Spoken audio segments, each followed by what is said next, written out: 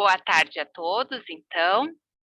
Em nome da Pró-Reitoria de Graduação, professora Carla, agradecemos a sua disponibilidade de estar conosco nesta tarde. Gostaria de informar aos participantes, que toda a atividade do ciclo 2021, a grande maioria das atividades, ela foi organizada através do banco de colaboradores, em que professores e técnicos administrativos se colocaram à disposição. Logo em seguida, vocês receberão o link da lista de presença, e a última pergunta da lista de presença é se gostaria de também colaborar com as atividades de formação, seja com uma palestra, com uma oficina. Então, a gente convida todos, que queiram contribuir com as ações de formação, que assinale ali que nós entraremos em contato. Também vou lembrar que no momento em que disponibilizarmos a lista de presença, acessem pelo e-mail institucional.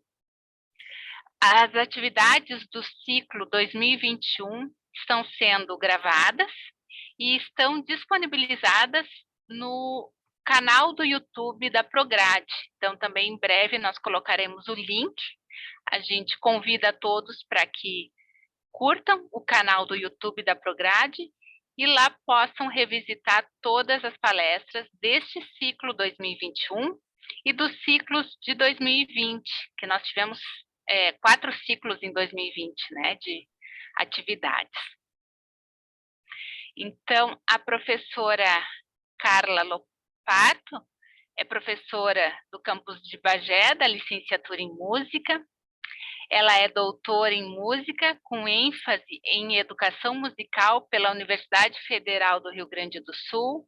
É mestre em didática da música pela Universidade CAES, de Buenos Aires, Argentina, e professora de educação musical pelo Conservatório Superior de Música Manuel de Falla, de Buenos Aires, Argentina.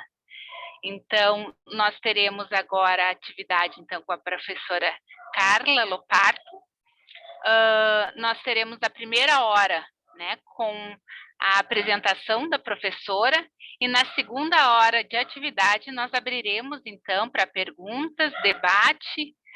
Lembramos também que a participação pode ser via chat, e daí peço que assinalem ali todos os palestrantes e participantes, para que todos possam observar a mensagem de todos, ou também a participação e a interação pode ser pelo microfone. Para isso, basta levantar a mãozinha ali embaixo, vocês vão ver que tem a mãozinha, então sinalizem ali que nós vamos liberar o microfone, e daí pode fazer a sua pergunta ou a sua interação pelo microfone. Então, desejo uma boa atividade para todos. Professora Carla, a palavra é sua. Muito obrigada. Então, inicialmente queria agradecer a todos, pela participação, pela presença de todos os professores aqui. Imagino que devem ser professores de várias áreas, e o objetivo desta fala, que depois vamos tornar um diálogo, uma conversa, é trazer alguma perspectiva nova, alguma perspectiva que seja diferente, para poder levar para a sala de aula, Então, tanto para os seus alunos, dentro do contexto da universidade, da Unipampa, quanto para os seus alunos estagiários, por exemplo, dentro do contexto das aulas, em escolas, em institutos, por exemplo, nas aulas de música, como eu atuo na licenciatura em música, temos os nossos alunos no PIBID, no residência, os próprios estagiários, que levam esse conceito que eu vou trazer hoje para vocês para experiências didáticas em sala de aula. Então, eles aprendem a colocar em ação essas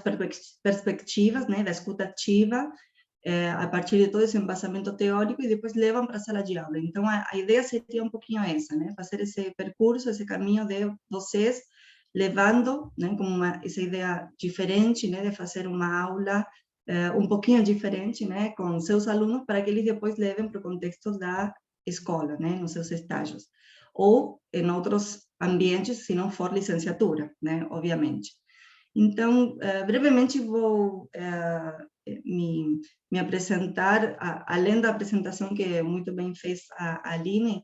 Eu estou morando no Brasil há 11 anos, mas sou de Buenos Aires, por isso toda a formação acadêmica lá na Argentina. E, obviamente, já vou me desculpando, né, antes de começar, se vocês veem que alguma palavra se mistura, né, do espanhol, do português, aí, por favor, me desculpem. E se alguma coisa, né, eu vou falando muito rápido, aí não dá para entender, abram seus microfones, param, que eu tento explicar o conceito, a ideia de outra forma para que seja compreendida, porque às vezes vamos entrar em conceitos e termos específicos da educação musical, né? Então, vamos ver como é que se apresenta para vocês, né, de uma forma mais tranquila. Então, vou compartilhar inicialmente a tela. Qualquer coisa, vocês me avisam se não estão visualizando. Sim, tá bem, professora. Muito bem. Bom, então, o título, né, vocês já sabem, Fundamentos Teóricos e Exemplos Práticos para o Desenvolvimento da Escuta Ativa em Sala de Aula.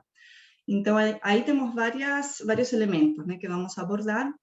O conceito de escuta ativa, que é específico da educação musical, mas que esse conceito se transfere a todos os âmbitos, esferas da nossa vida, né? Permeiam a nossa vida cotidiana, que agora vamos ver como é, né, na prática. Então, a partir desse conceito que é específico da música, porque se apresenta como uma estratégia de ensino na educação musical, vamos ver como ela se transfere a outras áreas do conhecimento e como podemos usufruir desse conceito para otimizar as nossas práticas, para otimizar o desenvolvimento das nossas aulas, né, tanto no âmbito universitário, como falei antes, quanto para os nossos alunos em outros contextos, né, de formação. E os fundamentos teóricos vão dialogando com os exemplos práticos. Então, vou trazer alguns autores que depois eu vou passar toda a bibliografia à parte, né, para não adentrar muito na questão das teorias, né, metodologias, etc. E vamos ir para exemplos práticos para que vocês vivenciem, né, de algum modo, esses conceitos que vão ser trazidos hoje. Então, queria iniciar com a fala do Mário Benedetti, só para situar vocês, né, no que a gente se propõe ao apresentar este tipo de perspectiva. E diz assim: a consciência é agora o território a ser explorado, invadido, conquistado. Daí a evolução para o esquecimento, daí o incessante bombardeio do som e da imagem, daí o corte do ócio reflexivo e criador. Trabalhar incessantemente, ininterruptamente, a fim de que não sobre espaço para o raciocínio, para que a dúvida, para que o treinamento da sensibilidade, para o aprofundamento da cultura e também, por que não, para a expansão lógica. Então, aqui trago uma reflexão do Benedetti para que a gente se coloque nesse ponto do observador enquanto questionador da nossa realidade, né? O que estou fazendo, né? Tanto para mim, para o meu próprio conhecimento, né? O autoconhecimento, para o meu desenvolvimento enquanto professor e para os meus alunos. Então, onde que eu estou colocando o foco? É na incessante produtividade? É na questão da dar conta, lidar com essa demanda excessiva, né, absurda que temos, tanto nós professores quanto nossos alunos, de trabalhos e provas, e exames, e aula, e carga horária, né, e cumprir ACGs e TCCs, e tudo que está em torno disso, né, que tanto nos fala, né, a área da psicologia, né, quando trabalhamos a questão do bem-estar, né, mental, né, dentro do âmbito universitário, que é tão importante. Então, aí o Benedetti nos traz essa necessidade de olhar para a sensibilidade, né, deixar de lado esse incessante bombardeio, olhar para o ócio reflexivo, que tanto nos vai favorecer no sentido da produtividade. Então, enquanto a gente pensa que temos que dar conta incessantemente de produzir, né, de sermos produtos, né, do nosso próprio âmbito, da nossa própria profissão, né, carreira, a gente, ao mesmo tempo, tem que pensar que isso pode ser desconstruído, são crenças que nos limitam, né, e podemos trabalhar menos e obter os mesmos resultados. Com que? A partir da otimização, né, do ócio reflexivo, da criatividade dentro das práticas que fazemos, a partir de uma reflexão sobre o que está sendo feito e como está sendo feito. Vamos, então, entrar primeiro ao lado, né, da mão da educação musical para entender como se constrói o conceito de escutativa. Então, dentro da educação musical, vou falar da minha área para depois transferir às outras, né?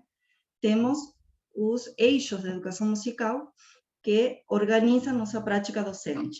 Então, a educação musical, ela se organiza a partir dos modos de conhecer a música, né? Eu posso conhecer a música escutando, né? Posso conhecer e trabalhar, interagir, né, com o elemento musical.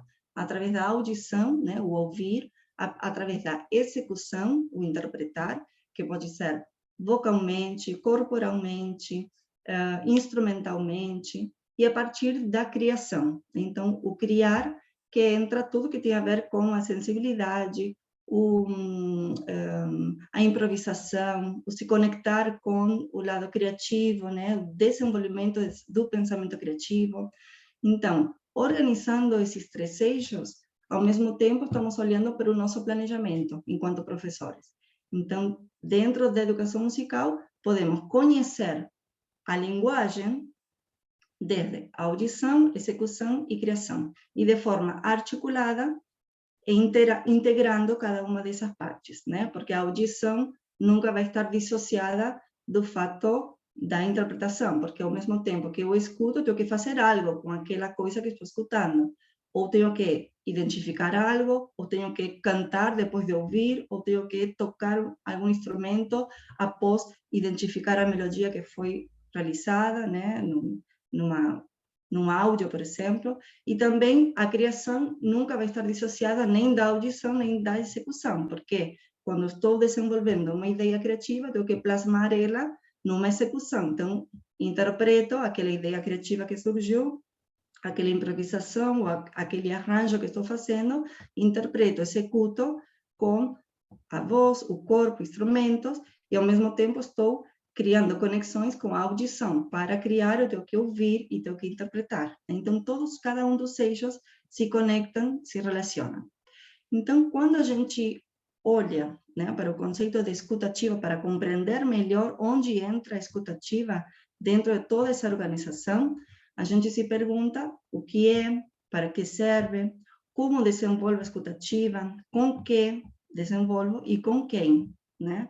E essas perguntas são respondidas pelos métodos ativos da educação musical.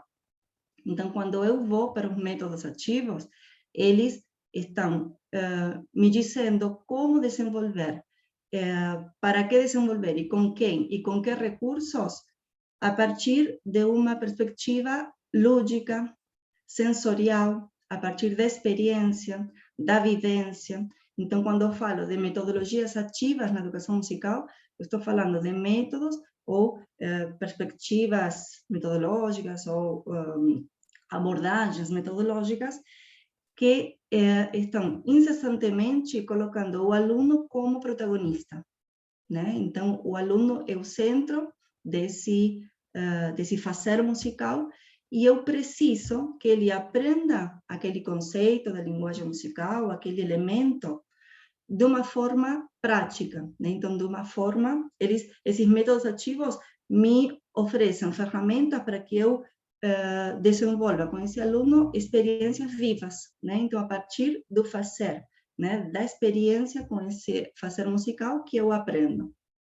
Né? Como falei, desde uma parte lúdica, desde um olhar, né, sensível, interativo, integrando todos os eixos da educação musical, né? Ouvindo, criando, tocando, cantando, ok. Então, essas perguntas, né, uma vez respondidas a partir de cada uma das perspectivas metodológicas, podemos descobrir, ou podemos aprofundar, na verdade, dentro de alguns conceitos que estão dentro dos métodos ativos, que são a paisagem sonora, o método Bach-Strauss e a partitura analógica. Esses três elementos a gente utiliza muito, né, nos métodos ativos da educação musical. E agora eu vou explicar por que se relacionam com a escuta ativa. Então, primeiro, a paisagem sonora trazida por Murray Schafer, né, que é um dos autores que trabalham, né, compositores que trabalham muito profundamente a questão do despertar auditivo, né, de entender como captar o mundo a partir do ouvir, da escuta atenta. Sim?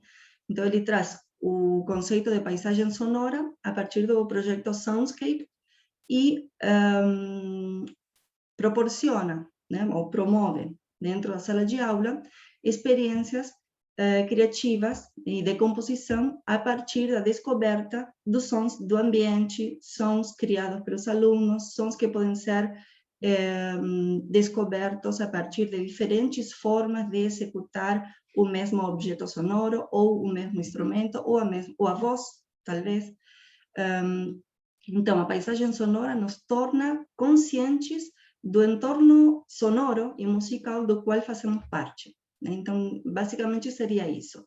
Essa proposta metodológica, então, nos insere de forma consciente dentro de todo um ambiente, um universo sonoro que nos rodeia. Depois temos o método Bach-Strauss. Aí, dentro desse método, a autora nos traz outra leitura, outra compreensão sobre a escuta ativa dentro dos métodos ativos de educação musical. E ela introduz a ideia de que, a partir da audição ativa de uma peça, agora estamos trabalhando com obras, né?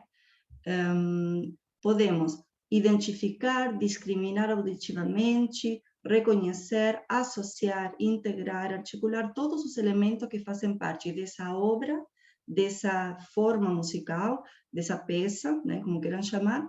Pode ser uma melodia ou uma linha rítmico-melódica.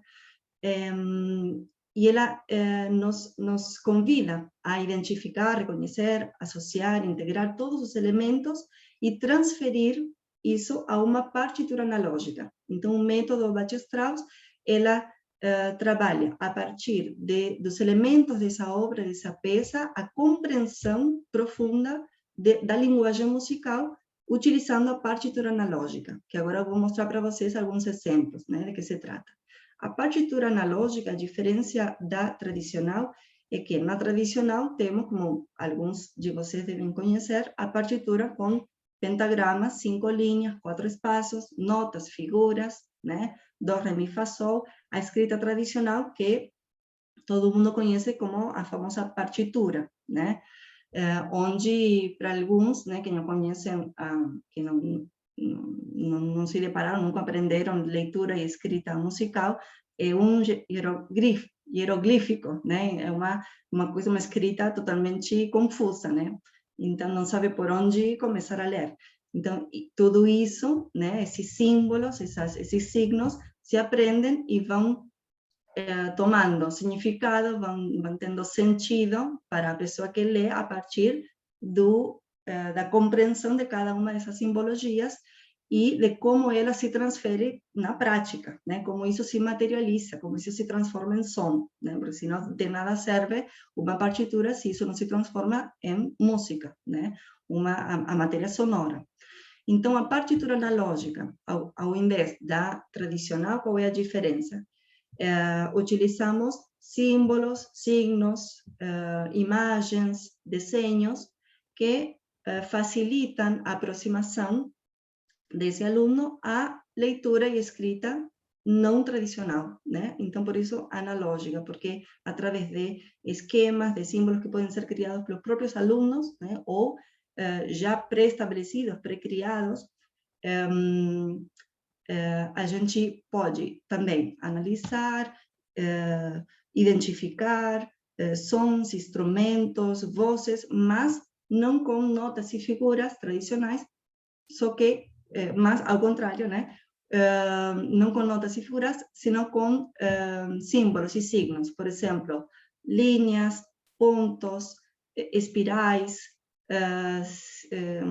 signos geométricos, né? Então, isso é tudo convencionado. Tudo se combina para que isso tenha uma interpretação definida, né? Convencionada com as pessoas que vão interpretar isso. Então, essa partitura analógica faz sentido dentro das pessoas, dentro desse grupo de pessoas que estão ouvindo a música e que estão representando com signos isso que está sendo ouvido, né? Então, para que fique um pouquinho mais claro, todos esses conceitos que são realmente da educação musical ficam confusos quando não vemos exemplos, né? Exemplos diretos. Então, vamos ir, antes de entrar nessa frase, eu quero mostrar para vocês. Aqui, por exemplo, temos uma partitura analógica, onde toma elementos da tradicional, né? Da partitura tradicional, que é o pentagrama, né? E aí temos os espaços, as linhas. Só que no lugar de usar figuras e notas musicais tradicionais, né? Aí a gente coloca tracinhos, bolinhas, cores diferentes, para quê? Especialmente utilizado por uma criança, né? Dentro do processo de ensino e aprendizagem de escrita e leitura e escrita musical, né?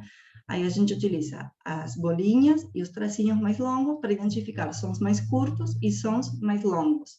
E a diferença da altura, por isso que estão em diferentes degraus, né, desse esquema, vai simbolizar, vai ser representado pelas diferentes alturas, né? Então, a diferença, né, na ordem em que aparecem, o movimento que essa linha melódica faz, nos vai indicar que no início, por exemplo, tem um grande pulo. Então, daqui a aqui, vemos que o som vai pular, né? Não tem uma sequência, uma escala que vai subindo nem descendo, vai fazer um pulo. Então, essa ideia já vai sendo transmitida pela imagem.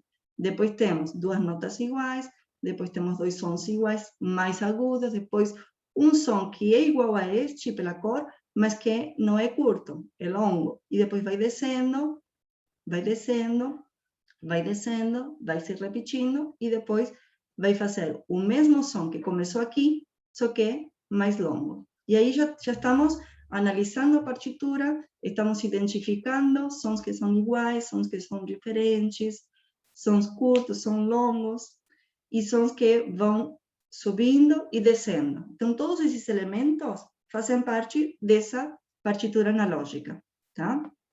Depois, um pouquinho mais avançada, temos esta partitura, que já me traz mais elementos. E já não temos mais a ideia de notas dentro de um pentagrama. Mas o que temos aqui? Temos uma espécie de bingo, só que de sons.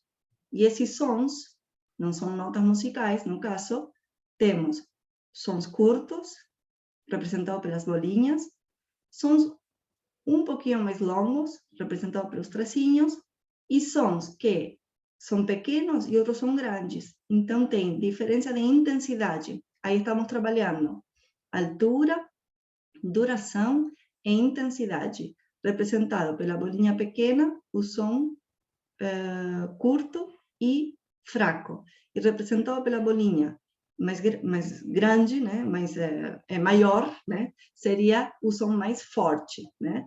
E qual é a diferença também que encontramos dentro desses elementos? Que a bolinha que está embaixo é um som mais grave, e a bolinha que está em cima é um som mais agudo, né? Então, aí temos mais uma referência. Sons graves, sons agudos, sons mais longos, sons mais curtos. E aqui sons mais fortes e sons mais fracos. E o que temos aqui? a superposição de sons.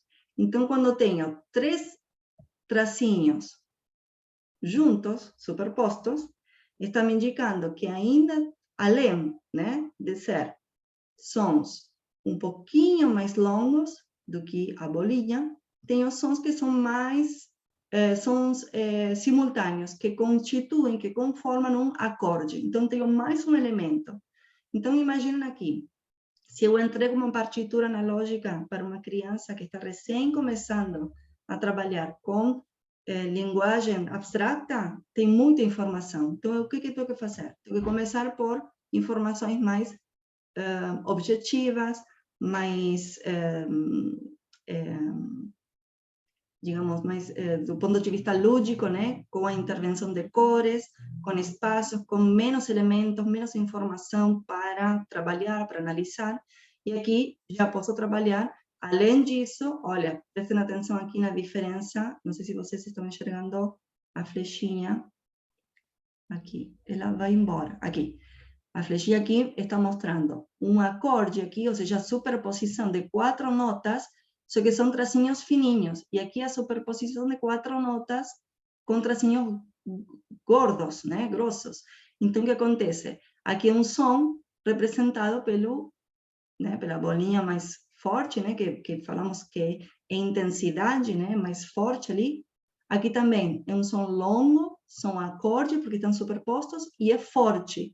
E aqui, por ser fininho, o tracinho é mais fraco, né? Então, tem muita informação aqui para interpretar, para deduzir, para reconhecer, né, ali os sons que sobem, que descem, que são agudos, graves, forte, fraco, longo e curto, né? E quando são notas separadas e notas superpostas, ou seja, acordes. Então, tem muita informação ali, né, para poder interagir, né, com a matéria sonora. Então, se a gente trabalha com paisagem sonora, nas palavras do Murray Schafer, né, que foi o pai, né, da paisagem sonora, depois foi sendo desenvolvida ao longo dos anos. Isto surgiu mais ou menos na década de 60, 70, como inovação, né, enquanto método ativo. O que acontecia? Ele levava para a sala de aula essas experiências desde o olhar dele enquanto compositor, né, compositor de grandes obras na história da música.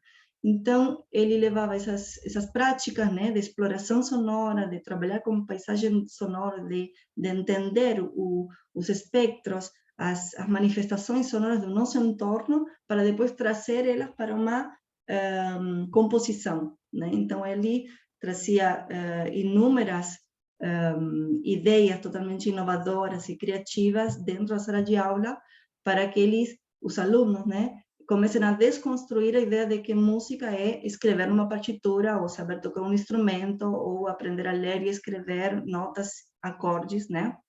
Então, essa ideia de desconstruir todas essas crenças que são limitantes, tornava os alunos compositores em sala de aula. Então, ele dizia, né, todos somos compositores, todos somos criadores. Temos que simplesmente abrir os nossos ouvidos e deixar entrar todo esse material que faz parte do nosso cotidiano, né? Então, ele dizia, os ouvidos não têm pálpebras. A contaminação acústica se dá quando o homem não escuta com atenção. É a paisagem sonora do mundo uma composição indeterminada que não controlamos, ou somos nós os compositores e intérpretes responsáveis de dotá-lo de forma e beleza? Então, ele trabalha esses conceitos a partir de práticas, né, de vivências sonoras, musicais, junto com os alunos. Então, jamais vamos ver, a partir da metodologia de Murray Schafer, ou qualquer outro método ativo, a compreensão de uma linguagem musical, da linguagem musical, através de livros, de teorias, nunca. Sempre vai ser a partir da experiência, né? Então, somos compositores em sala de aula, improvisamos, compomos, fazemos arranjos a partir de experiências vividas, e experiências lúdicas, principalmente. Então, atravessamos por esses conceitos, né, mais específicos da linguagem musical, e vamos entender que a partir da utilização da escuta ativa em sala de aula como uma ferramenta, a gente pode desenvolver, né, tem a possibilidade de desenvolver a concentração, o foco e a criatividade nos alunos. Por quê? Vamos entender o que significaria ou como está relacionado cada um desses conceitos, né, nas nossas práticas em sala de aula. Então, o que cada um desses conceitos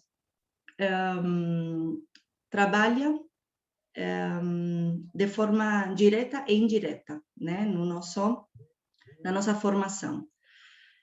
A concentração atua diretamente no desempenho e na nossa produtividade, né? Quanto mais concentrados, obviamente, né? Ninguém pode fugir disso, né?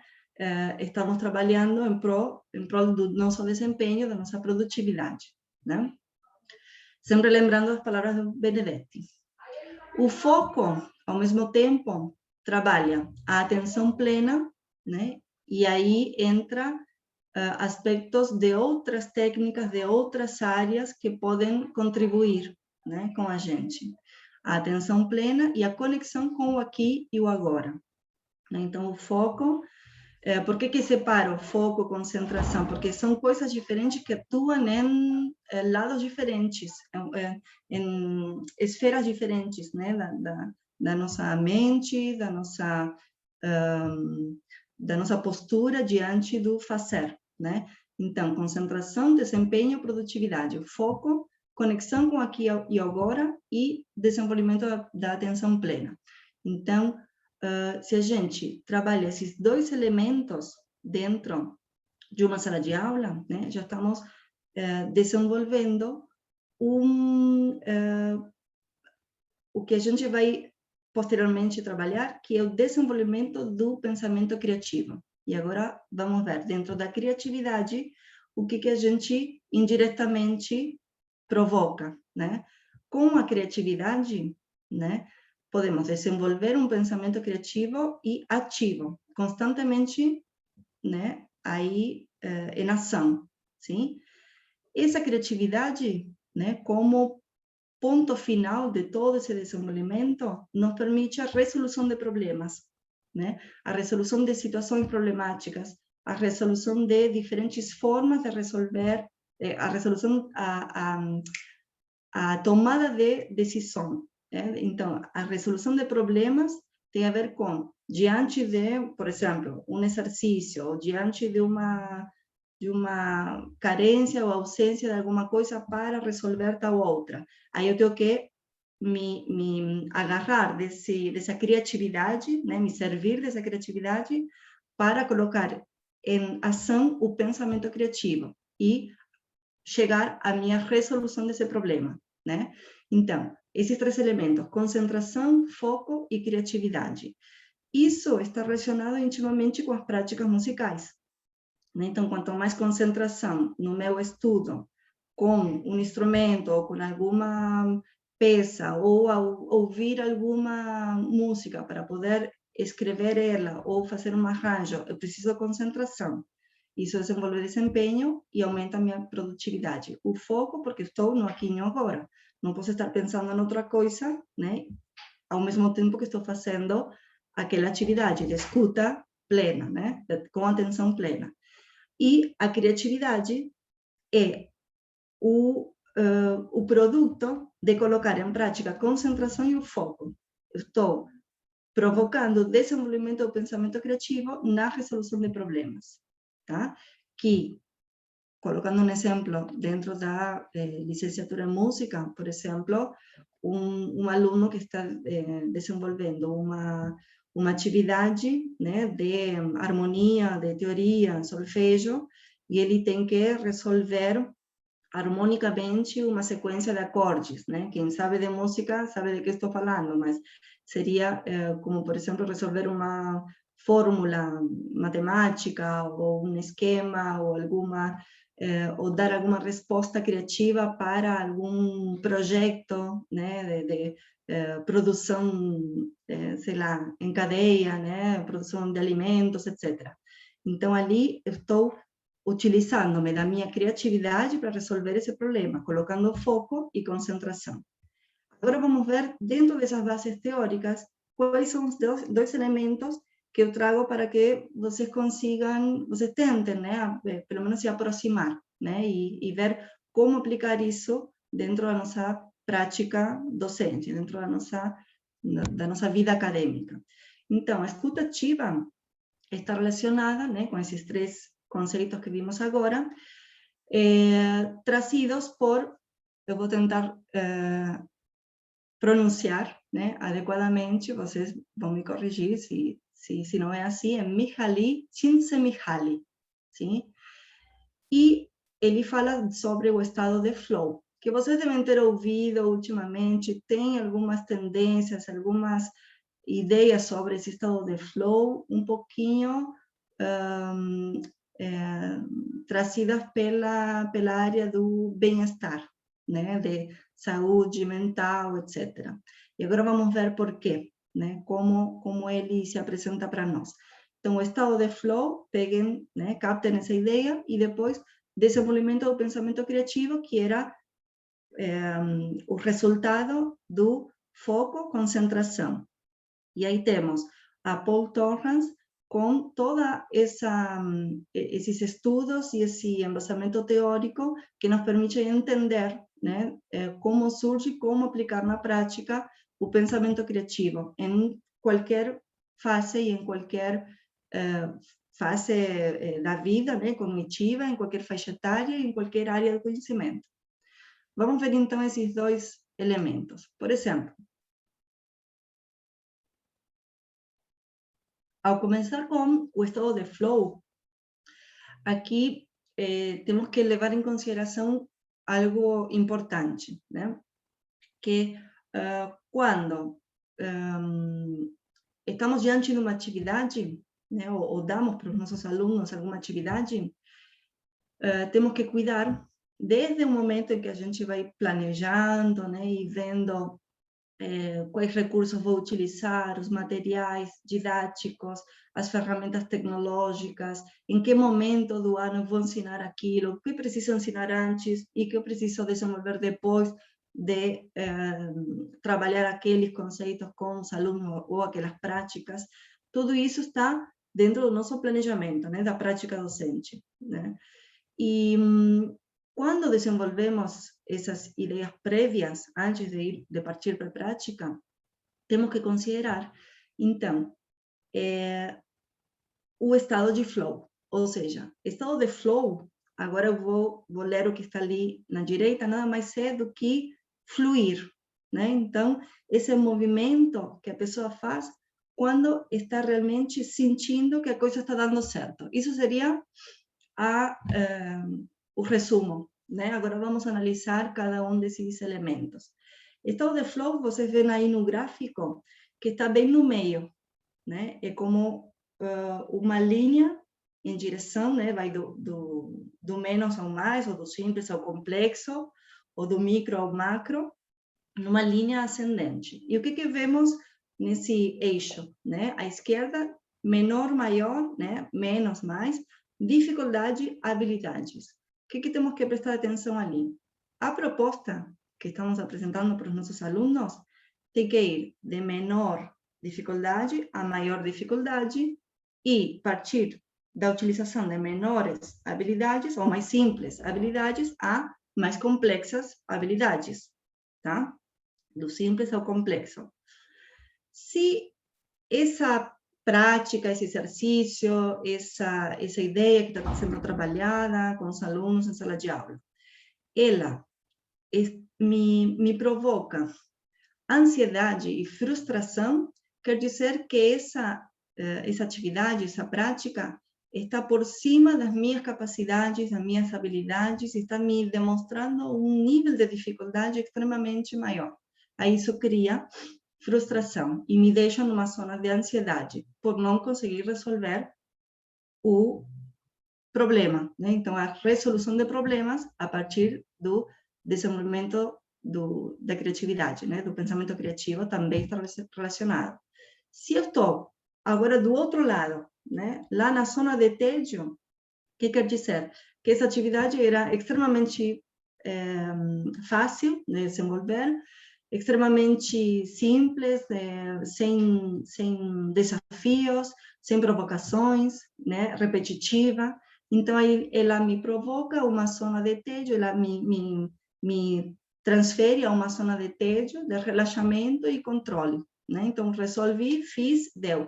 Mas eu não aprendi nada com isso, né? E, pelo contrário, o outro extremo é a zona de ansiedade e frustração. Não poder resolver, aquele aluno que faz 3, 4, 5 vezes cálculo e faz de novo e não passa e não consegue porque está simplesmente se enfrentando a uma zona de ansiedade e frustração constante e não consegue entrar no estado de flow. Então vamos ver o que diz o autor. Em seu livro Flow, The Psychology of Optimal Experience, 1990, então vejam que faz um tempinho que se fala disso, né? Csikszentmihalyi conta que depois de entrevistar atletas, músicos, artistas de alta performance, começou a entender que as pessoas eram mais criativas, produtivas e frequentemente mais felizes quando estavam nesse estado. Ele deu esse nome porque muitos dos entrevistados descreveram que durante seus momentos ideais de desempenho, o trabalho simplesmente fluía, sem muito esforço. E quando o estado de flow acontece? Quando as nossas capacidades e habilidades se encontram em equilíbrio com os objetivos e desafios de uma atividade. Então, a gente tem essa conexão com a tarefa que, ao mesmo tempo, apresenta um desafio, mas é um desafio bom, que eu posso resolver. E sentimos que o tempo voa, né? E essa sensação de que o tempo voa, eu estou desenvolvendo atividade, estou conseguindo resolver, fazer uma resolução de problemas a partir do uso da criatividade, com foco e concentração, esse é o estado criativo do ser, né? Então, quando estamos em estado de flow, é aquele momento em que o desafio está presente ali, né? Ele testa as minhas habilidades, ele apresenta certa dificuldade, mas eu consigo resolver. Aí que entro em estado de flow. Então, ele diz, né, que a partir de todas essas características, temos que prestar atenção às 7, né, que estão dentro desse estado de flow. E aí que o professor tem que fazer aquele exercício de entender, né, como funciona isso para poder colocar em prática no dia a dia. Então, atenção totalmente focada na atividade, né, quando eu consigo focar nisso e nada mais que isso. Então, não tenho o celular do lado, não tenho os fones de ouvido escutando música. Alguns sim, né, conseguem se concentrar escutando música, outros não. É um elemento distrator. Clareza de objetivos e retorno, eu estou fazendo a atividade e eu tenho um retorno imediato, um feedback, né? Perda da noção do tempo, então o foco está todo no momento presente, lembram? O aqui e o agora. Então, perdo o tempo e eu passo horas fazendo isso e obtenho resultados positivos. Aí entrei em estado de flow. Sentimento de satisfação e alegria, resolução de problemas, né? De forma criativa. Existe um equilíbrio entre desafio e habilidade, né? Nesse quadro, aí temos o desafio e a habilidade que estão em crescida, né? Estão crescendo de forma simultânea e não mais um do que outro, tá? União de ação e do pensamento. Aí eu estou realizando algo que está conectado no aqui e no agora com o pensamento. Então, a ação que está relacionada com o corpo, né? O fazer, relacionada com a mente, né? O pensamento. Então, corpo e mente, 24 horas em alinhação. Há um sentimento de controle sobre a tarefa, não há medo do fracasso. Então, quando eu sei aonde eu vou finalizar, como eu vou finalizar isso, aí eu tenho um sentimento de controle, eu sei que é esse caminho, né, que eu estou desenvolvendo, que vai me levar ao sucesso, digamos, né? Terminou a prova, terminou o estudo, terminou, né? E aí esse aluno tem a sensação de que a tarefa, né, provocou um estado de satisfação, sim? E agora vamos, como falava antes, né? Então temos estado de flow, né, que colabora, contribui com o desenvolvimento da escuta ativa, e o desenvolvimento do pensamento criativo, que colabora também com aspectos da escutativa, que é trazido por Paul Torrance.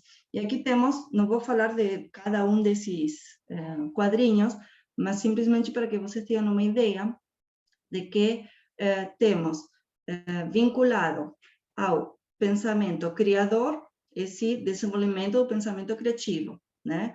Então, tudo que tem a ver com encaminhado à criação de algo novo, né? Não colocado a atenção na repetição e imitação das coisas, reflexão sobre aquilo que está sendo feito, reflexão sobre aquilo que está feito e geração de pensamento independente. Então, tudo que vemos à direita está relacionado com o pensamento criador. Então, esse desenvolvimento do pensamento criativo. E tudo que está relacionado com o pensamento reprodutivo é o que a gente faz cotidianamente, né? Que caímos sempre na rotina, né? Sobre a repetição de coisas, exercícios que já levam ao mesmo resultado, né? Então, temos um pensamento que está relacionado com a ação, mas não com a reflexão, sim? Então, o autor diz que se caracteriza esse tipo de pensamento como aventuroso, aquele que é capaz de afastar-se de forma coloquial de resolução de problemas, abrindo-se a novas experiências, permitindo novas relações entre os elementos.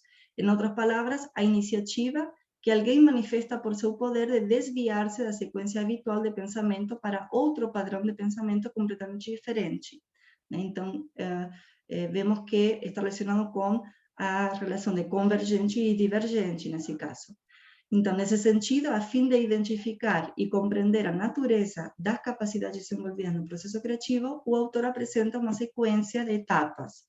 E aí a gente pode observar 4, que não tem hierarquia e não tem uma ordem, né? São etapas que colaboram, dialogam, são integradas. Temos a originalidade dentro do pensamento criativo, a elaboração, fluência, a adaptação. E agora eu vou explicar brevemente, dando o exemplo, né? Então, se a gente tem, vou partir da minha área, né? Trabalho muito com crianças. Então, se a gente trabalha dentro de uma aula de educação musical, com crianças pequenas, e solicita para que as crianças explorem objetos sonoros ou instrumentos musicais, né? Com as mãos, explorem sons com a voz, sons do corpo, né? Percussão corporal. Então, exploramos, né, diferentes sonoridades. O que eu vou trabalhar, então, com essas crianças? Que elas explorem a originalidade, né, auxiliando no desenvolvimento do pensamento criativo, que sejam originais no sentido de não imitar o que o coleguinha faz, não fazer aquele mesmo toque no pandeiro, mas buscar outro jeito, né? A ideia original que parta deles, sim?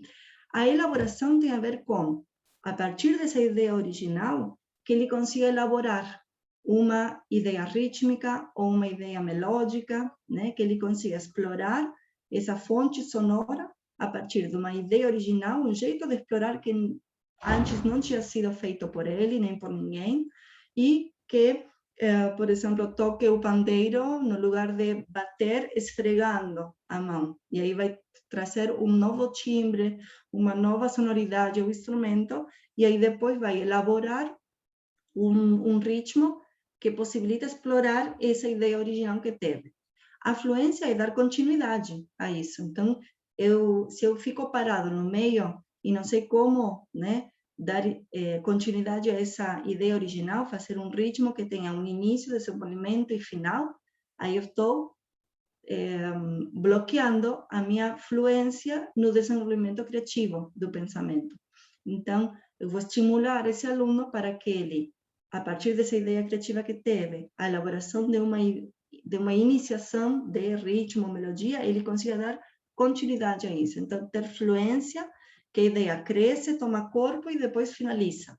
E a adaptação é a capacidade desse pensamento criativo de se adaptar a diferentes situações, diferentes elementos que vão converger, diferentes, pode ser a inserção de novos instrumentos junto com o meu, ou a capacidade de, enquanto eu estou tocando o meu instrumento, também poder escutar o outro, eu estou me adaptando sonoramente. Eu não estou me deixando levar, né, pelo que o outro está fazendo, né? Ou, por exemplo, dentro das práticas vocais em conjunto, os grupos. Se eu escuto muito o outro e não escuto a minha voz, aí eu me deixo levar pelo outro e eu, na verdade, tenho que ter um ouvido que englobe, né? Que ele possa captar o todo e não somente a minha voz ou somente a do colega que tenho do lado, né? Eu tenho que captar, tenho que treinar o meu ouvido para entender, compreender e captar o todo, né? Dessa prática. Então, aí temos esses 4 elementos que podem ser colocados em prática na sala de aula. E aí eu tenho uma figurinha que eu queria compartilhar com vocês, aqui à esquerda, que justamente fala sobre aquela atenção plena, o foco, a concentração, desenvolvimento do pensamento criativo. Então, como integrar esses conceitos para a prática? Como criar as condições para a atenção plena? Enquanto o cachorrinho simplesmente está colocando o foco, a sua atenção no aqui, no agora, naquele momento que está sendo experimentado, vivenciado, aí o cara, né, o humano do lado, está com a cabeça em outro lugar. Então, a mente está indo para outros lugares e está bloqueando a capacidade, a possibilidade dele aproveitar, de desfrutar, de viver o aqui e o agora. Isso transferido em situações de produtividade, em sala de aula, de realização, de resolução de problemas, é isso que nos acontece. A nossa mente por um lugar, o nosso corpo por outro. Então, o nosso corpo está de forma automática, né, realizando as coisas sem compreender muito bem o que é, e a nossa mente pensando nas mil e outras tarefas a desenvolver. Então, a nossa resposta a essa resolução de problemas vai ser limitante, vai ser negativa, vai ser bloqueadora, vai ser frustrante, né? E vai trazer toda essa zona de ansiedade que provoca lá quando a gente não está nesse estado de flow, né? Então, o que a gente tem que fazer? Recapitulando. Como integrar, como criar as condições. Conectar com o aqui e agora, desenvolver a consciência espacial e sensorial, e aqui entra, né, a escuta ativa. Tenho que treinar o meu ouvido para poder perceber o todo, né, ter uma consciência de onde estou, que os elementos que estão intervindo agora neste momento que estou falando com vocês, tem muitos sons ao meu redor, mas eu estou focada aqui e no agora, né? E a integração de mente e corpo, isso é sumamente necessário para que a gente não caia nessa imagem, nesse desenho, né? Então, trazer o corpo na ação e a mente, né, na reflexão. E uma das técnicas que ajuda é o conhecido, que agora está muito de moda, o mindfulness na sala de aula, que é justamente a atenção plena, né? É isso aí, a consciência plena. Então, como apoio no desenvolvimento cognitivo e socioafetivo em sala de aula. Ajuda a ter um melhor controle, administração do tempo, da produtividade, qualidade de vida. Então, tudo isso nos proporciona já pensar desde o planejamento das nossas ações em sala de aula, como otimizar as nossas formas de apresentar os processos de ensino-aprendizagem e as formas de produzir também, né? Que nem sempre se chega ao mesmo resultado com as mesmas condições. E aqui eu vou propor para vocês que realicemos juntos um pequeno exercício, né? Que nos possibilita, né, já chegando no finalzinho, a essa atenção plena, a essa escuta ativa, que nos proporciona uma maior concentração, foco e desenvolvimento do pensamento criativo. Então, algumas ferramentas que vocês podem, com as quais, né, vocês podem ter acesso, se aproximar um pouquinho mais, são a meditação, né, por um lado, que é apenas observar a respiração natural, perceber, né? Então, não é nada de outro mundo, não é né, um monstro de 7 cabeças que a gente diz, não, eu não consigo meditar, eu não consigo, né? a gente pode fazer pequenos exercícios com os alunos de respiração consciente, nada mais. E já estamos meditando, já estamos nos conectando com esse aqui e agora, né? Então, 5 minutos antes de começar, já cria o clima, já estabelece as condições necessárias para aquela prática, aquela concentração, aquele foco. Então, qual é a diferença? Eu trouxe aqui para vocês para que escolham também, né? Tenham a possibilidade de optar por uma ou por outra.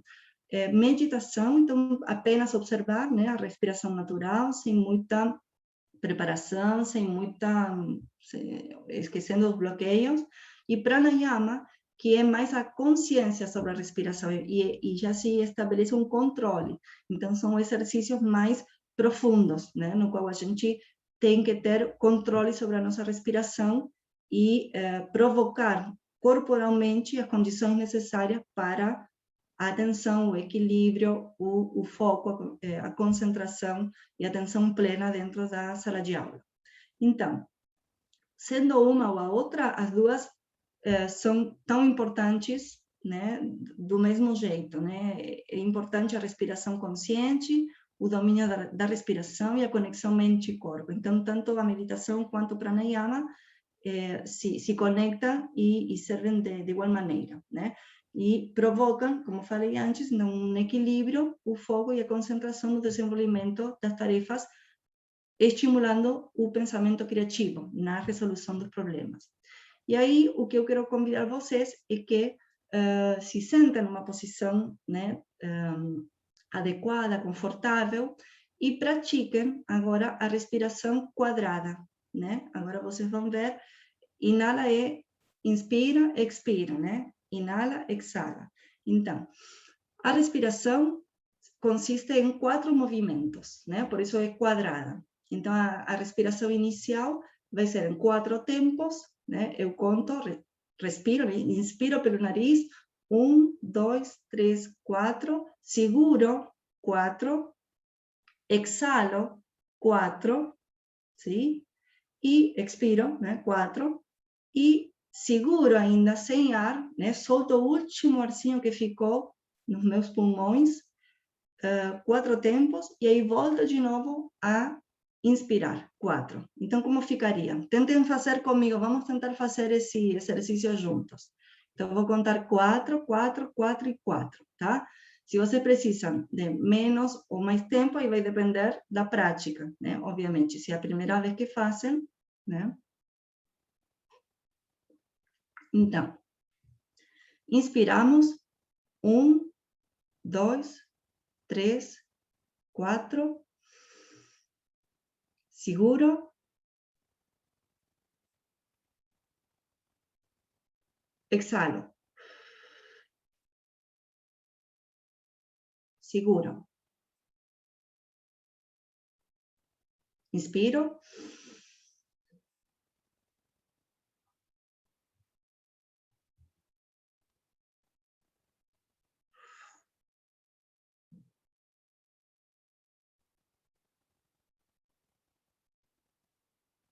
tá?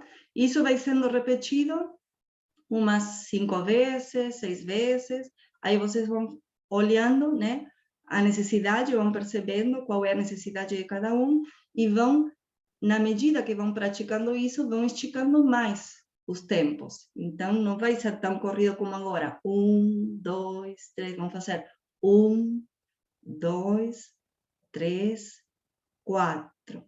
E aí a respiração quadrada vai constar, então, desses momentos de seguro, seguro, tá? E podem ser 4 ou até mais segundos. Isso vai depender, então, da prática, e a partir dessa respiração, aí que vem o exercício, né, de meditação guiada, né, que eu quero colocar para vocês, para depois ir a uma prática de escuta ativa, né, e ver exemplos práticos para colocar em ação o nosso ouvido, né, a nossa atenção plena. Então, o que eu vou fazer? Eu vou pedir para que vocês coloquem em silencioso, né,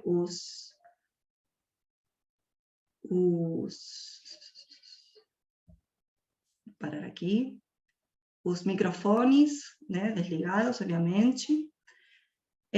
Coloquem em silencioso o celular, né? Estava querendo falar isso. E se coloquem, então, os fones de ouvido, se vocês têm, né, que é melhor. Aí, se não tem fones de ouvido, tá tudo bem, né? Tanto faz. A gente procura não ter a influência do celular, né? Se vem uma chamada, uma ligação, se vem algum som, alguma notificação, aí isso atrapalha. Mas prestem atenção ao entorno, isso sim. Então, vamos deixar o celular, né, no silencioso e prestar atenção agora à nossa posição. Então, nos sentamos, se estamos em pé, sentamos, ficamos numa postura meditativa. Então, por exemplo, com a coluna erecta, né, numa cadeira ou numa poltrona, no sofá ou até na beira da cama, pode ser, mas sempre, né, a coluna bem reta, né? Uma vez que deixamos o celular, colocamos a nossa posição, né, a nossa coluna, aí nos preparamos para ouvir.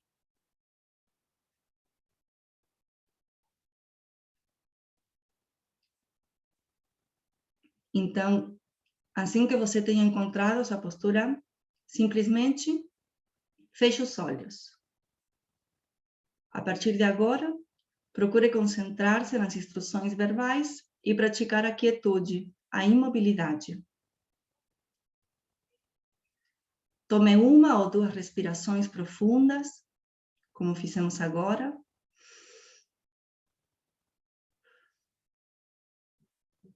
E comece a sentir esse momento, o agora. Como a vida se apresenta a partir deste momento. Deixe a respiração natural, involuntária. A partir de agora, você apenas observa. Mantenha os olhos fechados e praticamos a observação através do ouvido. Comece observando os sons à sua volta, como o momento presente se apresenta para você a partir da audição.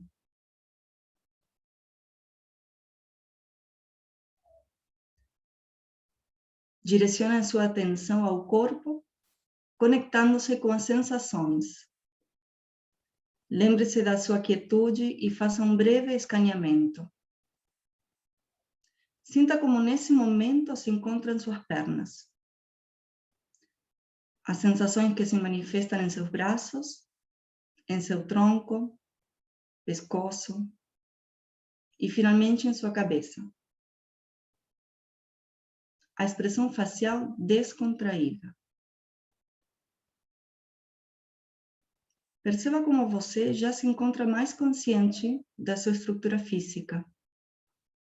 E a partir desse aterramento, observe a respiração natural.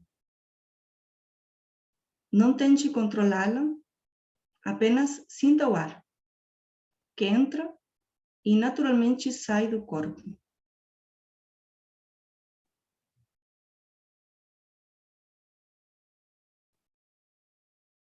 Sinta o contato do ar com o interior das narinas, como o ar percorre as vias respiratórias, o movimento que o ar pode proporcionar às diferentes partes do corpo. O peito, o estômago, diafragma. O movimento da vida observada a partir da respiração, contração e expansão. Mantenha-se apenas por alguns segundos nesse estado de concentração. A autoobservação caminha para o autoconhecimento. A partir desse espaço interno de equilíbrio que existe em todos nós, tome uma respiração profunda e, se for natural, deixe um sorriso despertar do canto dos olhos e abra os olhos. Agora se prepare para ouvir e simplesmente sinta os sons, barulhos, ruídos, melodias que fazem parte desta paisagem sonora e deixe fluir as sensações.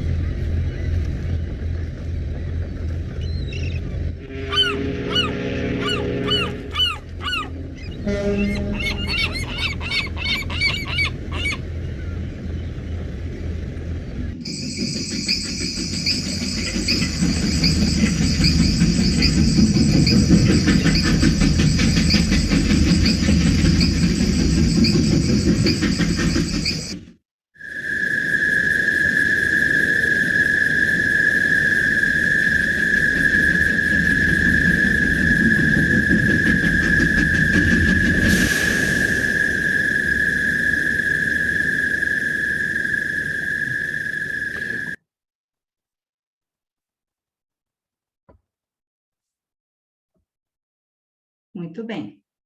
Então, passamos de 1 minuto, né?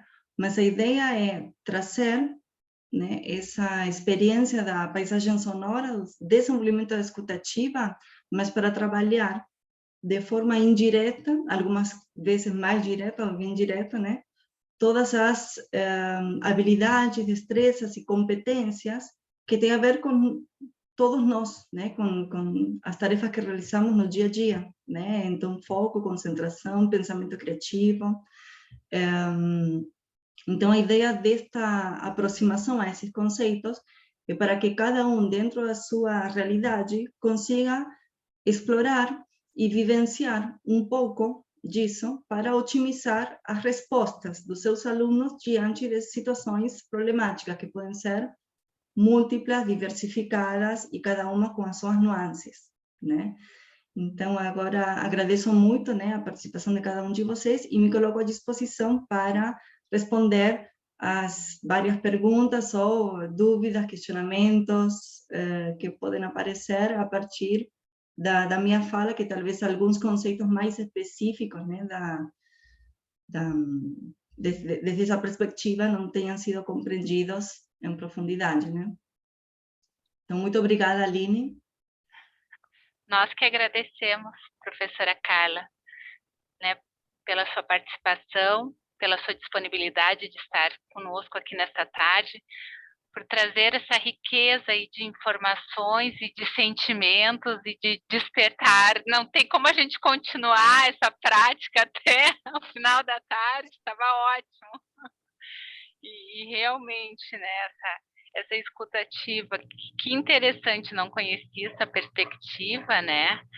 Mas o engraçado é que agora, no intervalo do meio-dia, eu estava lendo uma reportagem que até vai ser publicado o estudo. Não, foi na URGS, agora eu não lembro, né, qual foi o setor da URGS, que justamente agora na pandemia, né, e o estudo faz parte do ano de 2020, essas práticas, né, não de escutativa, mas de como é que é? Mindfulness, né?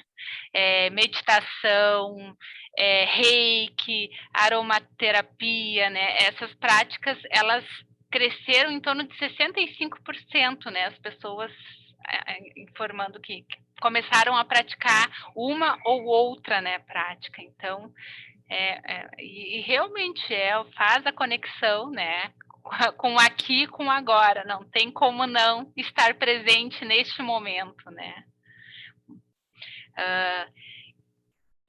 Abro aqui para quem gostaria de fazer algum questionamento. Nós temos muitas aqui mensagens, manifestações de parabéns, encantada pela ação, adorei a prática, parabéns, foi genial, excelente fala, né? Já realizei meditação como projeto de extensão, foi antes da pandemia, foi muito bom. Claudete. Se alguém quiser abrir o micro, né, falar, né, a gente abre aqui o microfone, só sinalizar com a mãozinha. Mas, professora, eu gostaria de, né, trazer aqui umas questões assim que eu percebi, né? E como isso é importante, porque né, na prática da sala de aula, porque às vezes a gente parece que percebe o aluno só como um cérebro, né? É só o cérebro, quer dizer, não tem mais nada que desenvolver, né? Tu não tem que promover mais nada nesse sujeito a não ser aquela parte cognitiva. E como essas práticas, né? E a gente também, eu fiquei pensando na questão das provas, né? Que é um momento tão tenso para os alunos, né? O quanto o professor pode contribuir para que o aluno atinja aquele estado de flow naquela prova, né? Naquele exame, naquela tarefa que ele precisa realizar, com uma simples respiração, uma técnica de respiração, tu já quebra, né, toda aquela frequência, né, de ansiedade, de tensão, só com uma respiração, né? E muitas vezes às vezes eu acho que até o professor pensa, mas com isso eu vou perder a autoridade, né, dentro da sala de aula, parece que eu, né, tô trazendo, né? E não é justamente auxiliar o aluno para que ele consiga resolver, né? Seja aquela prova, seja aquela atividade da melhor forma, né? Exatamente. Inclusive, hoje estamos lidando com essa vivência assim fragmentadíssima que o aluno tem diante da informação, né? Que precisa estar conectado simultaneamente a muitas coisas, e o seu cérebro, muitas vezes, consegue lidar, né, com essas informações, porque eles têm essa capacidade e já estão treinados a isso. Escutam, observam um vídeo, já estão escrevendo e fazendo 1000 coisas ao mesmo tempo. Só que, às vezes, determinadas práticas, determinados processos dentro da apreensão, né, dessa aprendizagem, precisa do foco, da atenção plena nesse momento que é único. E quando passou, passou, não volta mais. Então, isso se perde. A gente tem que começar a aprender a fazer isso. Justamente para quando o aluno se depare com situações que vão vão transmitir para ele uma certa ansiedade, medo, frustração, justamente ele vai ter que lidar com isso a partir dessas técnicas, né? Eu preciso do foco, da concentração, de pensar alternativas criativas para resolver o mesmo problema de diferentes formas. E aí eu estou pensando na, sei lá, as engenharias, né? A licenciatura em matemática, qualquer outra área também que não seja a educação musical, que trabalha com matéria sonora como fonte primária, né? Todas as outras também se conectam, porque no final das contas estamos lidando com seres humanos. Então, qualquer área se conecta com essa essência do ser humano, que é justamente aprender a partir do que marca, do que vai traçar, vai deixar uma marca ali na mente e na experiência vivida por esse aluno. O que não marca, se esquece. Então, não adianta, né? A gente fazer 3 vezes a mesma disciplina, né? Que eu falei do cálculo, porque me lembro agora, né? Que é a famosa cálculo, né? Que não adianta, né? Tu não vai assimilar se não é de outro jeito, de outra forma, né? E a gente, como professores, nós, né? Temos uma responsabilidade muito grande, né? De repensar a nossa prática, o nosso planejamento, né? Que métodos, que estratégias estamos usando, que tipo de aproximação estamos fazendo com o nosso aluno, né? Tudo isso envolve. Nós temos aqui mais algumas manifestações, né? Parabéns, excelente, muito obrigada. Foi propício, ajuda muito despertar do aluno e do professor. Daí coloca ali, os ouvidos não têm pálpebras. Muito obrigada. Certamente essa prática favorece muito o momento da leitura silenciosa e solitária de uma obra literária. Com certeza. Sim, sim. E também eu acho que tudo isso que a professora trouxe, né, nessa tarde aqui, também nos mostra, né, que tem outros elementos que interferem na aprendizagem, quer dizer, então que a gente precisa também, enquanto professor, saber identificar esses elementos e perceber, não, mas eu estou ensinando e ele vai aprender. Às vezes não é isso que acontece, né? Então, esse momento de escutativa faz o aluno também, não só o aluno, mas também acho que o professor, né, a se encontrar nesse sentido de perceber que outras coisas interferem, sim, na aprendizagem, quer dizer, então não é só o aluno estar na minha frente. Então, eu preciso colocá-lo no aqui e agora, eu preciso ter, né, o foco, a concentração, né, ali os três tópicos da escutativa, né, concentração, foco para a criatividade. Então, acho que é ver a totalidade deste sujeito, né, que nos chega como um aluno, mas ele é um sujeito com uma história e que, né, a gente tendo essas outras práticas ou essas outras percepções, como eu digo, tirar esse foco justamente no cérebro, porque parece que chega, né, só um cérebro e que a gente só tem que desenvolver o cognitivo, só tem que despejar conteúdo, porque só tem que ensinar aquilo, né, e quantas vezes a gente tem que mudar a frequência, né, das nossas próprias aulas para conseguir engajar mais esses alunos. Aqui nós temos mais uma manifestação, né? Parabéns pela excelente exposição. Quem quiser participar através do microfone, também só levantar a mãozinha. Se vocês querem compartilhar alguma experiência, também seria muito bem-vinda, né? Ver como as experiências que vocês já estão desenvolvendo com os alunos nesse caminho, né? Nessa tentativa, né, de unir o mental ao sentir, né, para otimizar a nossa prática, porque a gente coloquei aquela frase inicial que parece contrária, né, à produtividade, mas na verdade não, a gente precisa, somos cidadãos imersos numa sociedade que precisamos produzir, trabalhar e acordar, e essa é a nossa realidade. Só que como tornar essa produtividade mais satisfatória, né? Que a gente possa sentir que estamos sendo íntegros, né, ao fazer isso, que nos dá, o sucesso nos dá alegria, satisfação, né, que não é somente dar resposta a uma demanda, né? Então, se vocês querem compartilhar alguma experiência que já tenham desenvolvido ou alguma dúvida, né, de como fazer isso, né, o que vocês assistiram agora é um vídeo que se chama Paisagem Sonora a partir dos quadros da Tarsila do Amaral. Então, vocês viram as imagens da Tarsila e recriado, né, musicalmente, sonoramente, né, toda essa paisagem. E tinha um leitmotiv, que é aquele trenzinho, né, que ia passando de uma paisagem para outra, que ele sempre se repetia.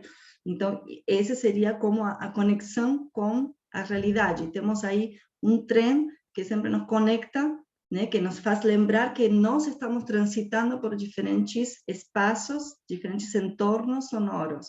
Só que a gente tem que prestar atenção ao que está no todo, né, nesse, o que encerra toda essa imagem. Então, tínhamos o espaço do bosque, né, da floresta, da cidade, dos navios no porto. Então, esse é um exercício para trabalhar especificamente com crianças.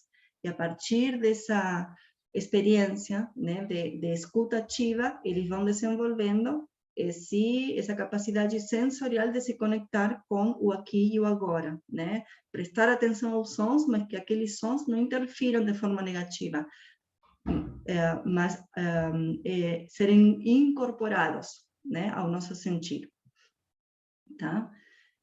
Então, se você tem alguma pergunta, e se não, eu queria compartilhar com vocês o último slide, que tem tudo a ver com o que a gente está conversando agora. E justamente traz um dos pensadores que eu adoro, que se chama Antônio Novoa, né? E ele diz, vão conectados, né, com Mário Benedetti lá no início, a escola não deve voltar ao que era antes, mas corre o risco de ficar ainda pior se a ênfase na tecnologia e personalização substituir o sentir e o fazer comum. A aprendizagem precisa considerar o sentir, ter as dimensões cognitivas e de empatia, de curar, cuidar, tratar, são essenciais para o futuro da escola.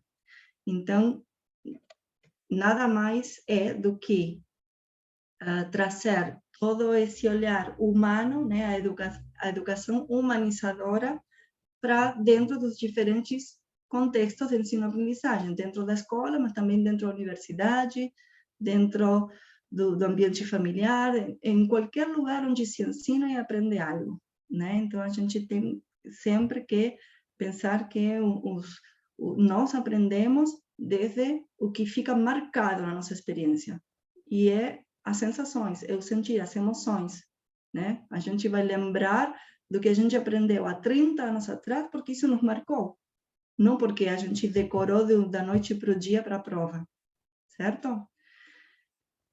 Então, essa seria, vou sair, essa seria a mensagem, né? Muito obrigada. Como isso é importante realmente, né? Trazendo ali as palavras de novo, né? A gente às vezes esquece, né, dessa parte mais humanística da formação, né? E a gente, enquanto universidade, também a gente às vezes foca muito no desenvolvimento das competências profissionais, né, como se fosse uma máquina, e esquece que aquele aluno, né, que está se formando, ele também é um ser humano e que ele ainda está em formação, nessa formação humanística, né, e às vezes se passa, né, sem se trabalhar essas questões dentro da universidade, né.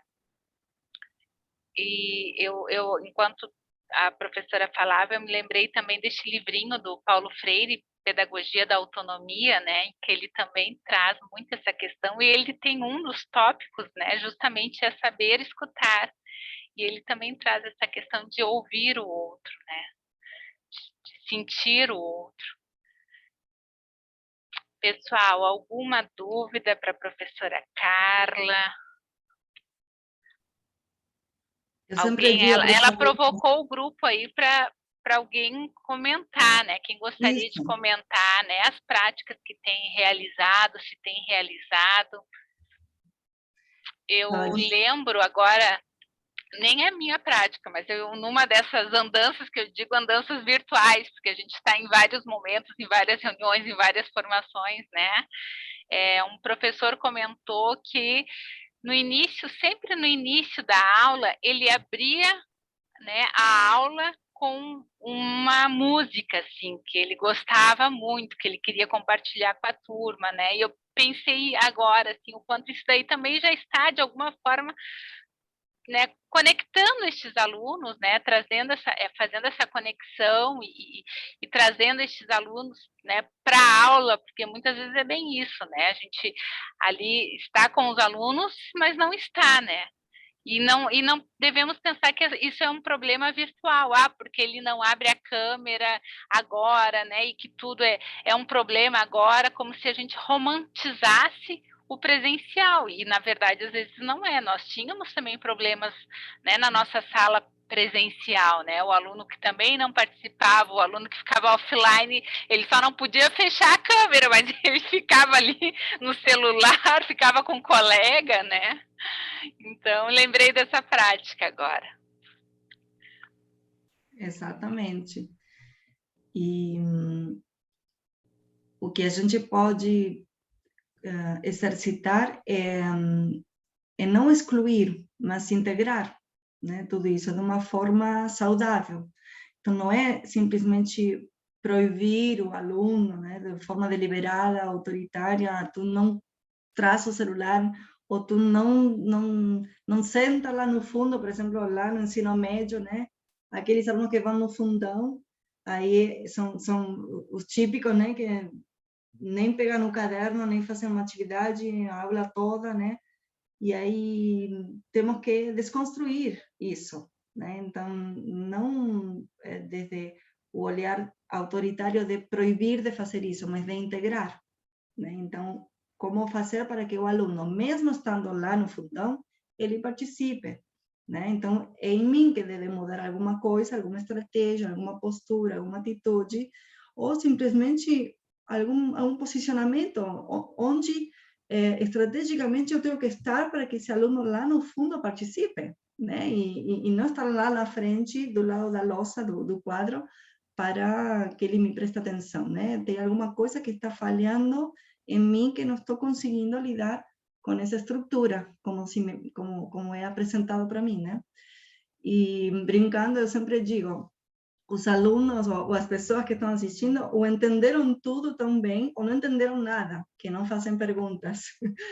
Mas a ideia é compartilhar, é um diálogo, né? Eu digo perguntas, mas pode ser depoimentos, né? Colocações. Aqui Daisy, né? Eu gosto de iniciar a aula com uma foto ou uma imagem como primeiro slide da apresentação que atraia a atenção do aluno e o traga para o pensamento sobre aquela imagem. E já o comece a conectar com a aula. Perfeito. Então, qualquer disparador, né? Eu, claro, como sou da área da música, utilizo muito a matéria sonora, né? A música que prepara o clima, a música... eu sempre faço uma música que é infantil, que é uma música de boas-vindas, mas por quê? Num dos componentes que eu ministro se chama planejamento, ensino e avaliação em música 1 e 2. E eu trabalho com questões da educação infantil e anos iniciais, do ensino fundamental. Então, o repertório que a gente trabalha é para crianças. E eu sempre canto a canção das boas-vindas. Vamos a rir e cantar. E os alunos já adoram e fazem como uma brincadeira, mas isso de forma indireta, inconsciente ou consciente, já prepara o aluno para esse estilo, para essa estética dessa aula, para esse contexto que é diferente da aula de harmonia, é diferente da aula de, sei lá, composição e arranjos, porque cada componente tem a sua estrutura, as suas características, a sua essência, né, como cada um de nós. Então, é bom já conectar com o clima, né, da aula. com o que vai ser feito. E obviamente, se vocês querem colocar uma música, ou uma imagem, ou um elemento que seja, por exemplo, norteador das práticas, que um objeto que chama a atenção e que já desperta a curiosidade nos alunos. Isso já quebra o gelo, né? Então, aí a Daisy diz, já usei músicas, especialmente em dias frios, no ambiente gelado do bar, em Bagé também, e tive ótimos resultados. E isso é muito interessante, né? Porque qualquer, por exemplo, as danças circulares são ótimas para estabelecer o contato com as pessoas, se envolver, porque trabalha com o aspecto colaborativo da comunidade, né, de socializar através do movimento. Tu não pode fazer um movimento que não esteja pensado, sincronizado com o movimento do outro. Então, o coletivo aí é muito intenso. Então, quando tu começa uma aula já trabalhando esses aspectos da pessoa, já o desenvolvimento da aula, seja qual for a temática, já vai ter outra perspectiva, se colocam de outro jeito os alunos, né?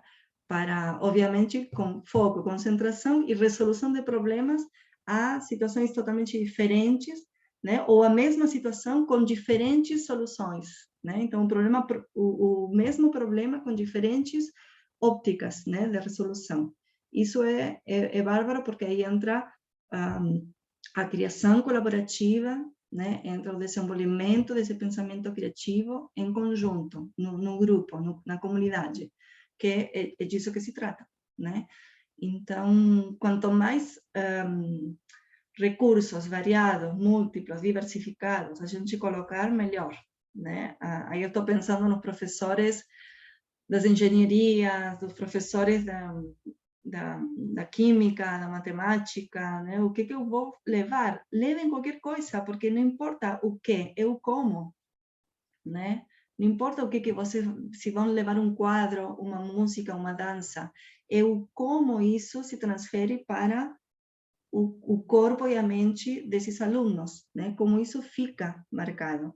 E vocês vão pensar, vou gastar tempo da minha aula? Não, vocês estão investindo 5 minutos, 10 minutos, não é nada, né? E vocês já preparam o aluno para um desenvolvimento mais profundo, que dá mais satisfação, né? E, obviamente, não descuidem o lado do planejamento, porque senão de nada vale fazer todo esse esforço e depois vocês levam para a sala de aula um planejamento que está lá em cima, com a exigência, dificuldades, né? E aí frustra, cria uma zona de ansiedade para o aluno e não desenvolve, não aplica nada do que foi trabalhado, né? Em termos de atenção plena, criatividade, foco, concentração, tá?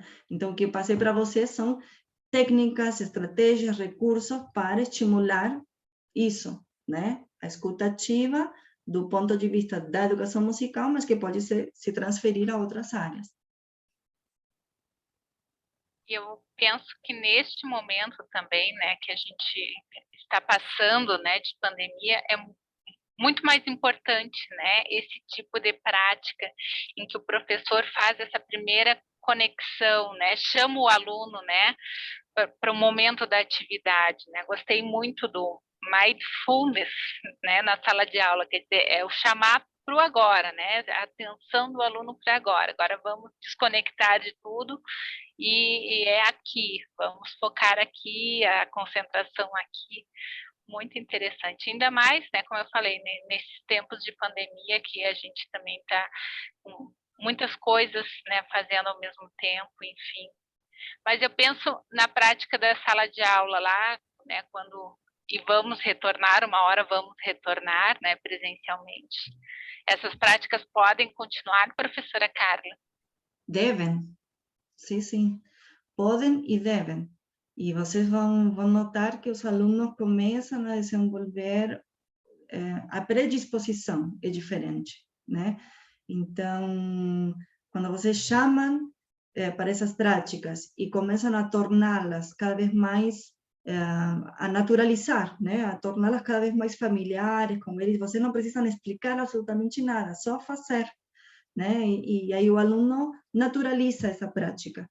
Aí deu, aí já começou a se conectar com esse sentir, né? Então, quando se conectam com o sentir, aí vocês vão ter uma maior atenção do aluno quando vocês leem alguma coisa, quando vocês explicam um exercício, quando vocês mostram um vídeo, né? Porque se eles estão no modo mente todo o tempo, desconectados do corpo, aí não se cria essa conexão, né? E então a gente começa, né, a praticar isso. No início vai ter resistência, vai ter, né, meio que, né, rejeições por ali, e depois vão ver que naturalmente eles vão até solicitar, né, pedir para isso ser feito, porque coloca eles num estado pleno, né, um estado de concentração, atenção, foco, tá, e agora mão na obra, agora mão na massa, né? Vamos fazer o conteúdo desta aula. Perfeito. E a gente não perde tempo, estamos investindo, né, na qualidade. Pessoal, mais alguma pergunta, mais alguma contribuição? Alguém mais gostaria de fazer um relato? Obrigada, Daisy, Cláudia, né, que compartilharam ali. Antes também tinha alguém, a Márcia, né? Então, muito obrigada, né, pelos comentários. Se vocês têm alguma dúvida, né, sobre algum aspecto mais específico, né, que eu possa explicar ou revisitar de outro jeito com vocês para que fique melhor compreendido, não tem nenhum problema. Ou passar algum slide, ou sei lá, se vocês querem, não sei se querem que eu passe o material para os participantes, se for possível, se estão interessados, também dá, né, não tem problema nenhum. Então, tá, a gente vai... aqui a palestra, né, a sua fala está sendo gravada, depois a gente vai disponibilizar no YouTube, e os materiais estarão disponíveis na página do Núcleo de Pedagogia Universitária, né? A gente vai montar ali todas as apresentações do ciclo 2021. Então, daí a gente disponibiliza lá. Tá, perfeito. Porque aí, numa hora, né, às vezes fica tudo meio, né, muito superficial, né? Aí você tem que reler, né, assimilar melhor. Certo? Então, antes de eu passar para a professora Carla, se não tem mais nenhuma contribuição aqui, eu vou dar alguns recadinhos e depois aí eu passo para a professora fazer as suas considerações finais, tá? Então, só lembrá-los que a gente, para assinarem, né, a lista de presença, todas as gravações do ciclo 2021 estão no YouTube, estarão no YouTube da Prograde, então curtam o canal do YouTube da Prograde e assistam lá todos, e revejam, né, todas as palestras. Convido, então, né, para sexta-feira nós teremos a nossa última atividade do ciclo 2021, a 12ª palestra, com o professor Ricardo Fragelli, da UNB. Né, ele vai conversar conosco na sexta-feira à tarde sobre aprendizagem ativa e colaborativa para além do conteúdo. O professor Ricardo, ele foi criador do método 300, rei da derivada, rainha da derivada, né? Ele fala mais para as áreas das ciências exatas e das engenharias, mas a palestra é para todos, né? Ele falou, inclusive, ele pode colocar a Aline que é para todos, não é só para ciências exatas e para as engenharias, é para todos os professores. Então, convidar para sexta-feira. Agradecer, professora Carla, mais uma vez a sua fala, né, a sua prática aqui conosco nesta tarde, foi maravilhosa. Uma pena que a gente não pode continuar praticando até o final da tarde, né, mas a gente já fica ali com um gostinho, né, de quero mais, numa outra oportunidade, então. Muito obrigada. Daí passo para suas considerações finais, então.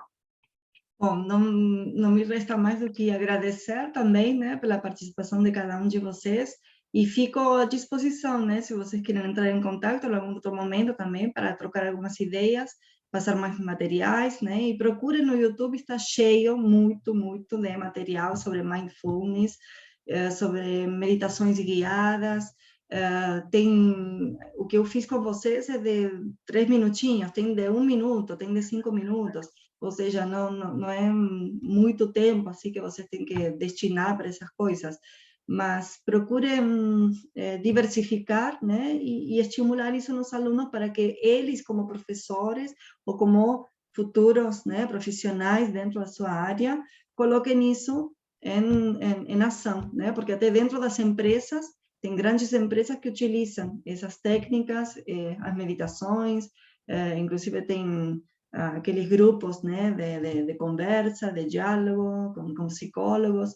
Então, acho que é uma coisa que é necessária, que vem para contribuir e que a gente tem que extrair o suco, né, a essência, o néctar disso, para que fique bem docinho, né, e que endulce as nossas vidas no dia a dia. Tá? Muito obrigada a todos. Microfone. Nós que agradecemos, então, mais uma vez, em nome da Pró-Reitoria de Graduação, a sua disponibilidade, o seu tempo aqui conosco nessa tarde. Agradecemos também os participantes, agradecemos os colegas da DED que colaboraram aqui para a transmissão. Então, até sexta, né, para quem vai participar de sexta-feira. Um bom final de tarde aí para todo mundo. Tchau, tchau. Muito obrigada.